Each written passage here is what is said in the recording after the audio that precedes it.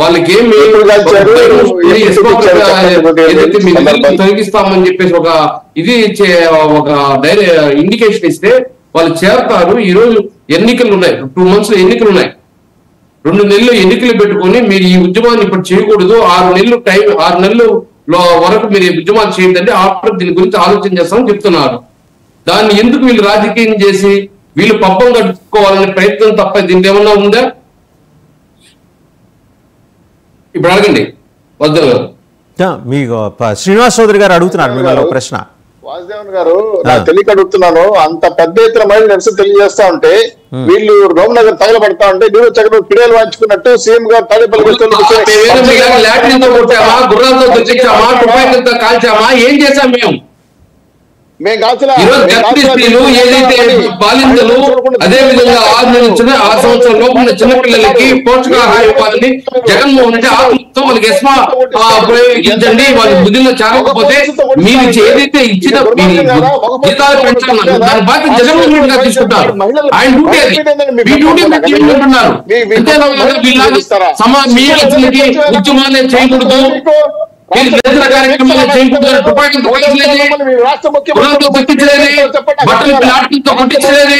ఈదుల్లో పడి బాధపడతా ఉంటే కనీసం సమాధానం చెప్పకుండా మహిళల సమస్య పరిష్కరించాలి. ఈరోజు నీతి ఆయోగ్ అయితే భారతదేశంలో సార్ ఈరోజు ఈ కార్డులు కానీ కేంద్రం కానీ భారతదేశంలోనే ఏదైతే అంగన్వాడికి సంబంధించిన సౌకర్యాల్లో కానీ అదేవిధంగా అంగన్వాడి కార్యకర్తలు కానీ అదేవిధంగా అంగన్వాడిలో కానీ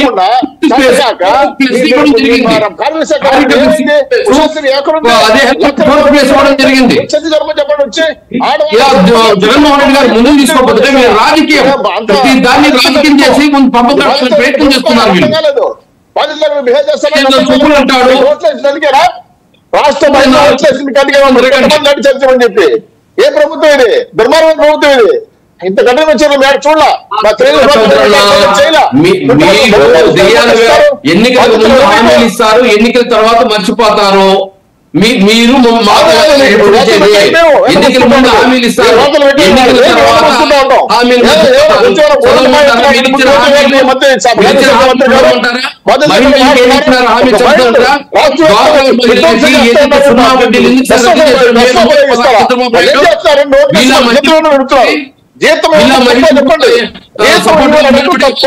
వాళ్ళ మీద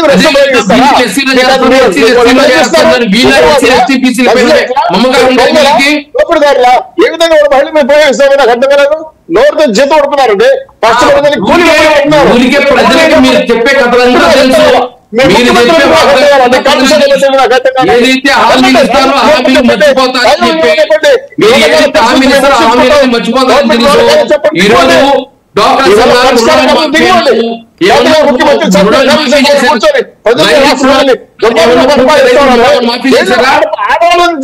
అర్థం కాలేదు. మహిళలు జైలు పెడతారా? సిగ్గు లేదు మీకు వచ్చి కూడా? మీరంతా 23 సీట్లు ఎందుకు ఇచ్చే రాష్ట్రం కట్టబెట్టాలి మీకు రాష్ట్ర ప్రజలు? మీకు మీరు అంత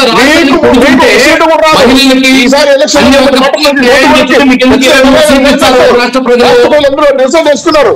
అంగన్వాడీ టీచర్లు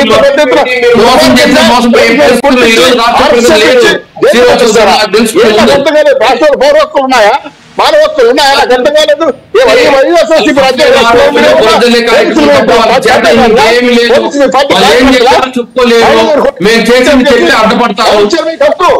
ఎవరిచ్చారండి మీకు హక్కు? నాకు అర్థం ఎస్ఎఫ్ ప్రయోగించడానికి కార్మికుల పైన ఎస్ఎఫ్ ప్రయోగించే హక్కు మీకు ఎవరిచ్చారు? ముఖ్యమంత్రి మందికి 26,000 రూపాయలు లెక్క చేయాలంటే ఫైనాన్స్ స్టేటస్ చూసుకొని ఇస్తారా లేదా? వీళ్ళకి ఎలక్షన్ ముందు ఇస్తామని చెప్పేసి ఎలక్షన్ తర్వాత కూర్చొని కార్మిక శాఖ ఎలక్షన్ తర్వాత ఆర్థిక సపోర్ట్ చేయలేదు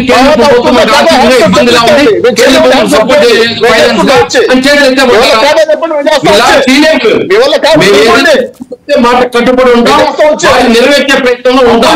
కుప్పలు పెట్టి రాష్ట్రాన్ని అప్పులు పాలు చేయలేదు మీరు. వాళ్ళు చెత్తలో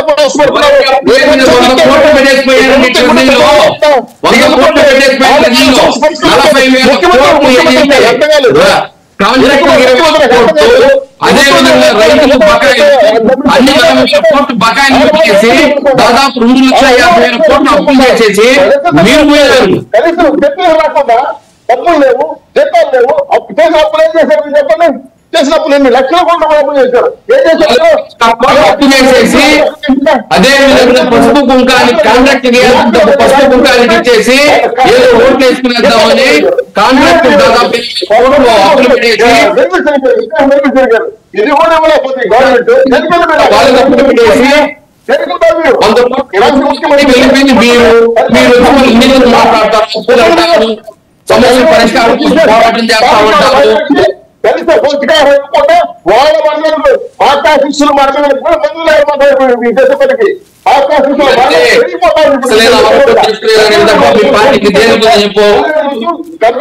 చాలా ఎక్కువ పడతాం. సంవత్సరాలు పరిపాలన చేసినారు, 14 పరిపాలన చేశారు. ఇంకా జగన్మోహన్ రెడ్డి చేయాలంటారు. మరి మీరేం చేసినారు? 14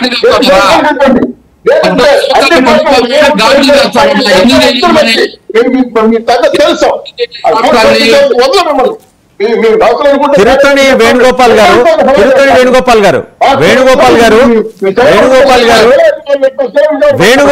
ఒక నిమిషం. శ్రీనివాస్ చౌదరి గారు ఒక నిమిషం.